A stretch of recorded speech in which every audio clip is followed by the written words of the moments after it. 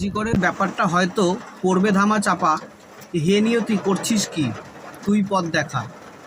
নিয়তি বলছে, যে সর্ষের মধ্যে থাকে ভূত তাকে যায় না কখনো ধরা। এই ব্যাপারটা যারা দেখছে তাদের এবার সরা। তবে আমরাও সাধারণ মানুষ, দেব না হাল ছেড়ে। আমাদের মা বোন আছে ঘরে ঘরে। এই নিয়ে লড়বো আমরা, করব প্রতিবাদ, যদি আমাদের পাশে থাকে জনগণের হাত।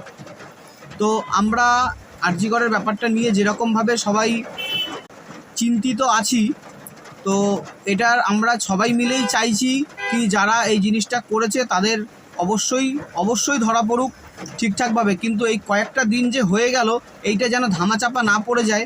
তোমাদের বলছি না লাইক করো, কমেন্ট করো, তোমরা যদি পারো এই ভিডিওটাকে অত্যন্তভাবে সবাইকে শেয়ার করো। অন্তত যদি তারা কোনো রকমভাবে ধরা পড়ে, আমরা সেটা সকলেই চাই।